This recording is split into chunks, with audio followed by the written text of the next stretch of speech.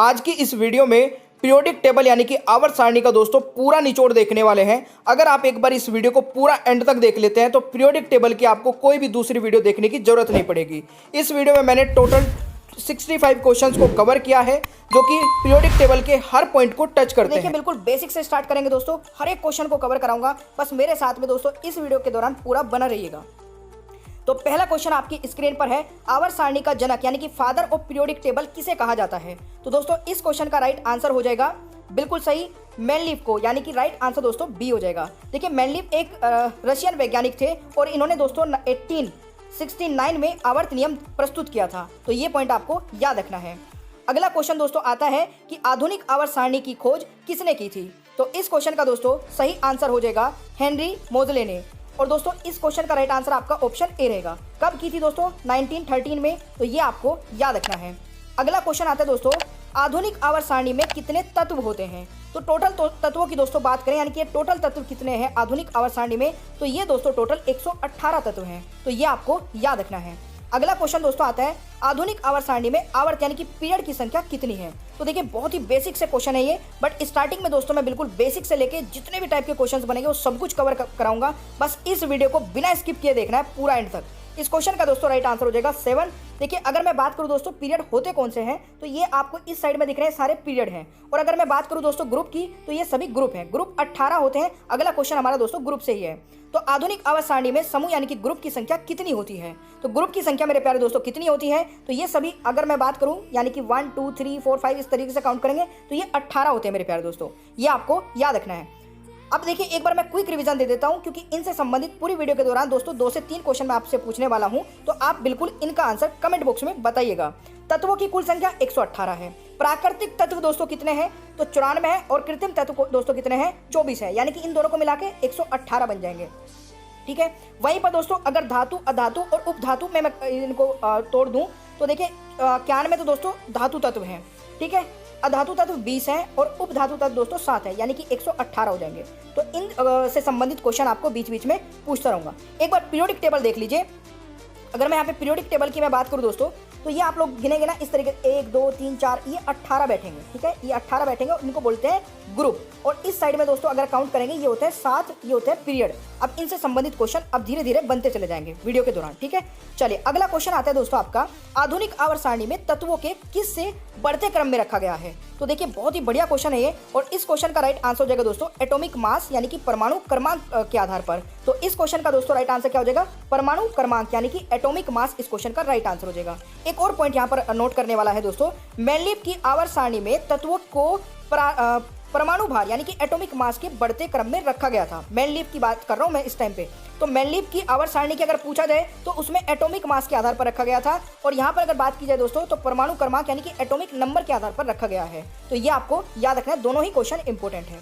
7वां question मेरे प्यारे दोस्तों क्या है, आधुनिक आवर्त सारणी में पहला तत्व कौन सा है? तो आधुनिक आवर्त सारणी में दोस्तों पहला तत्व हमारा हाइड्रोजन है, जिसका सिंबल होता है H, तो ये आपको याद रखना है। देखिए हाइड्रोजन की खोज किसने की थी, ये भी क्वेश्चन एग्जाम में पूछ लिया जाता है। तो हेनरी कैवेंडिश ने हाइड्रोजन की खोज की थी, और हाइड्रोजन का दोस्तों परमाणु क्रमांक कितना है? 1 है, ठीक है। और वहीं पर अगर बात करूं परमाणु भार की, तो वो भी दोस्तों 1 ही है, तो ये आपको याद रखना है। ऑलराइट, चलिए अगला क्वेश्चन दोस्तों आता है यहाँ पर, सबसे हल्की अक्रिय गैस कौन सी है?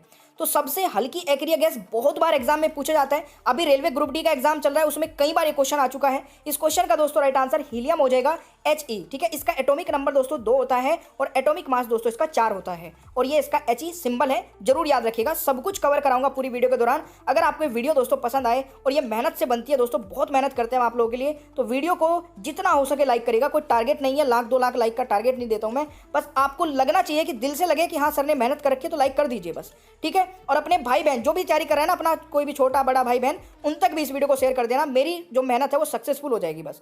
इस क्वेश्चन का दोस्तों राइट आंसर बताइएगा, आधुनिक आवर्त सारणी का सबसे बड़ा आवर्त कौन सा है? बहुत ही बेहतरीन क्वेश्चन है, उसको समझाऊंगा मैं बढ़िया तरीके से। इस क्वेश्चन का दोस्तों राइट आंसर हो जाएगा आवर्त 6। देखिए आधुनिक आवर्त सारणी का सबसे बड़ा तत्व दोस्तों 6 है। अब ये 6 तत्व दोस्तों कौन सा है? देखिए यहाँ से, ये मैंने बताया ना आपको, पीरियड कितने होते हैं? 7 होते हैं। तो यहाँ पर जो छठा दिख रहा है ना, छठे वाला दोस्तों 57 से 71 तक। अब ये आप लोग आवर्त सारणी में हमेशा देखते होंगे, नीचे की साइड में ये दिखता रहता है, ठीक है ना। ये सारे के सारे एलिमेंट जो है ना, ये सारे के सारे दोस्तों ये 57 यानी कि इस 6 वाले पीरियड के हैं। ये यहाँ पर ये इस तरीके से समझिएगा आप लोग, यानी कि हमारी आवर्त सारणी तो यही है, और जो ये नीचे आपको दिखता है ये सभी के सभी दोस्तों आवर्त 6 के मेटल है, सॉरी एलिमेंट है। तो ये आपको याद रखना है। इससे संबंधित और भी क्वेश्चन बनते हैं। इसमें टोटल दोस्तों कितने एलिमेंट होते हैं ये आपसे बहुत बार एग्जाम में पूछा जाता है। यानी कि आवर्त सारणी का सबसे बड़ा दोस्तों आवर्त कौन सा है, 6 है। पूछ लिया जाए कि उसमें कितने एलिमेंट है, तो उसमें टोटल 32 एलिमेंट है। ये भी आप लोगों को जरूर याद रखना है दोस्तों, ठीक है। अगला क्वेश्चन आता है दोस्तों, आधुनिक आवर्त सारणी का सबसे बड़ा आवर्त 6 में कितने तत्व है। अभी देखिए मैंने बताया, तो आप लोगों का ये तो क्वेश्चन बनता है भाई, मतलब आप लोग कमेंट बॉक्स में बता सकते हैं। तो जल्दी से बताइए दोस्तों, क्वेश्चन नंबर 10 का आंसर हर एक स्टूडेंट कमेंट बॉक्स में बताइएगा कितने तत्व है दोस्तों, ठीक है। चलिए अगला क्वेश्चन आता है, आधुनिक आवर्त सारणी में 17वें समूह को किस नाम से जाना जाता है। वेरी वेरी इंपॉर्टेंट क्वेश्चन है दोस्तों, बहुत बार एग्जाम में पूछा जाता है। देखिए 17वां जो समूह है दोस्तों, ये वाला 17 ग्रुप ये है, और इसको जाना जाता है दोस्तों हेलोजन समूह के नाम से। किसके नाम से दोस्तों, हेलोजन समूह। हेलोजन समूह इस तरीके से आप लोग रिपीट करके टंग पे ले आइए, याद हो जानी चाहिए बिल्कुल ये सारी चीजें, और बिल्कुल आप लोग सिलेक्शन लीजिए। बड़ी खुशी होगी दोस्तों मुझे अगर आप लोगों की मेहनत और मेरी मेहनत मिलकर सिलेक्शन बन जाए, तो इससे बढ़िया बात कुछ नहीं होगी। इस क्वेश्चन का दोस्तों राइट आंसर बताएगा, आधुनिक आवर्त सारणी का सबसे हल्का धातु कौन सा है। बहुत बार रिपीट होता है, अभी रेलवे ग्रुप डी में कई बार पूछा जा चुका है। इस क्वेश्चन का दोस्तों राइट आंसर क्या हो जाएगा, लिथियम। और लिथियम का दोस्तों जो सिंबल होता है, सॉरी ये लिथियम का दोस्तों जो सिंबल होता है वो Li होता है। तो ये आपको याद रखना है भाई, ठीक है। चलिए अगला क्वेश्चन दोस्तों, हेलोजन समूह में मुक्त इलेक्ट्रॉन की संख्या कितनी होती है। Very very important question. तो हेलोजन समूह में दोस्तों मुक्त इलेक्ट्रॉन की संख्या होती है 7। तो इस क्वेश्चन का दोस्तों राइट आंसर क्या हो जाएगा, आपका सी हो जाएगा। अगला क्वेश्चन मेरे प्यारे दोस्तों आता है, हेलोजन समूह की संयोजकता कितनी होती है। संयोजकता कितनी होती है दोस्तों, बहुत बार रिपीट होता है एग्जाम में। इस क्वेश्चन का राइट आंसर हो जाएगा आपका बिल्कुल सही है, यानी कि इसको इंग्लिश में बोलेंगे संयोजकता को वैलेंसी, ठीक है। तो ये भी आपको याद रखना है, ये होती है दोस्तों 1। हेलोजन समूह की संयोजकता कितनी होती है, 1। वेरी वेरी इंपॉर्टेंट क्वेश्चन है, और हेलोजन समूह से 3-4 क्वेश्चन बनते हैं, वो मैंने तीनों चारों आपको करा दिया है।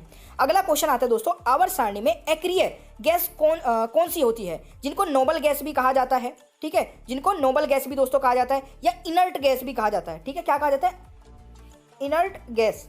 तो ये भी आपको याद रखना है, कई बार अलग अलग नाम से पूछ लिया जाता है। तो ये दोस्तों कितनी होती है, टोटल 18 होती है, ठीक है। राइट आंसर इज, सॉरी आपसे पूछा कि किस समूह में आती है, तो 18वें समूह में आती है। बट ये होती कितनी है दोस्तों, ये 7 गैसेज होती है। तो ये प्लीज देख लेना, बिल्कुल याद रखिएगा। आवर्त सारणी की एक्रिय गैस कौन से समूह में आती है, 18वें समूह में आती है। कौन सी गैस है दोस्तों, ये सभी गैसेज हैं, और ये 7 गैसेज हैं इनर्ट गैस के नाम से जिनको जाना जाता है। अगला क्वेश्चन दोस्तों आता है कि आधुनिक आवर्त सारणी में आवर्त 1 में कितने तत्व पाए जाते हैं। मैंने स्टार्टिंग में पूछा था कि कितने तत्व पाए जाते हैं, आप लोगों ने बताया कि कौन सा दोस्तों आपका आधुनिक आवर्त सारणी का सबसे छोटा वो है, ठीक है। वो आपने बताया कि आवर्त 1 है।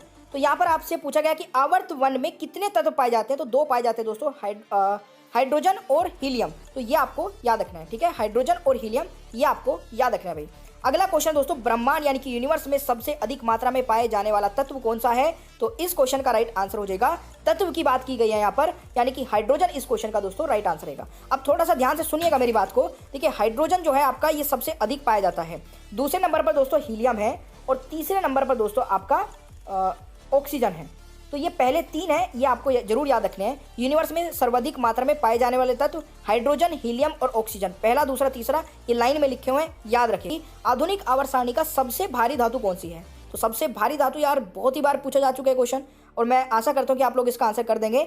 बिल्कुल सही आंसर किया है, ओस्मियम दोस्तों राइट आंसर हो जाएगा। इसका जो सिंबल होता है दोस्तों OS होता है, इसका एटॉमिक नंबर 76 है, और इसका दोस्तों ओस्मियम का बाकी और आप सारी चीज़ देख सकते हैं, एटॉमिक वेट, ये सारी चीज़ें मैंने इसीलिए लिख रखी है कि अगर आप लोग इन चीज़ों को ध्यान से पढ़ें तो आप लोगों की सारी चीज़ें कवर हो जाए।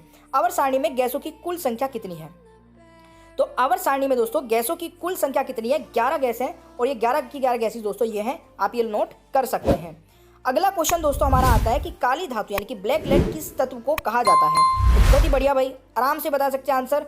काली धातु दोस्तों ग्रेफाइट को कहा गया है, यानी कि ऑप्शन ए राइट आंसर हो जाएगा। अच्छा वीडियो कैसी लग रही है भाई, आप सही बताइएगा सीरियसली दिल से, लाइक करके और कमेंट में बताइएगा कि वीडियो आपको कैसी लग रही है।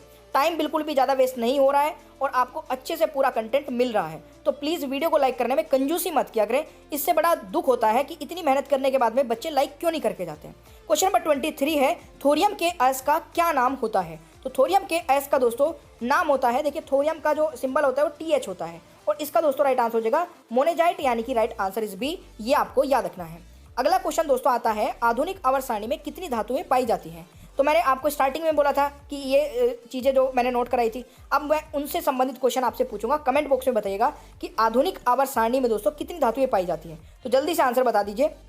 मैंने स्टार्टिंग में आपको ये कवर कराया था भाई, ठीक है। तो इस क्वेश्चन का राइट आंसर क्या हो जाएगा? 91। स्टार्टिंग में बता दिया था 91। अगला क्वेश्चन आता है आधुनिक आवर्त सारणी में कितनी अधातु पाई जाती है। तो अगला क्वेश्चन है दोस्तों, मानव शरीर में सर्वाधिक उपस्थिति तत्व कौन सा है। तो मानव शरीर में दोस्तों उपस्थित तत्व कौन सा है सर्वाधिक पूछा गया है। तो देखिए आप लोग यहाँ पे आराम से देख सकते हैं कि ऑक्सीजन सबसे अधिक है 65%, राइट आंसर हो जाएगा। दूसरे नंबर पर दोस्तों कार्बन है, कार्बन का प्रतिशत है 18.5%, ठीक है। तीसरे नंबर पर दोस्तों हाइड्रोजन है, हाइड्रोजन का प्रतिशत है 9.5%, और फिर उसके बाद नाइट्रोजन है, नाइट्रोजन का प्रतिशत 3.2%। इसीलिए मैं ये ऐड किया था दोस्तों आपका डायग्राम कि इससे आप लोग आगे के लिए पूरा मतलब सब कुछ याद कर लें, ठीक है।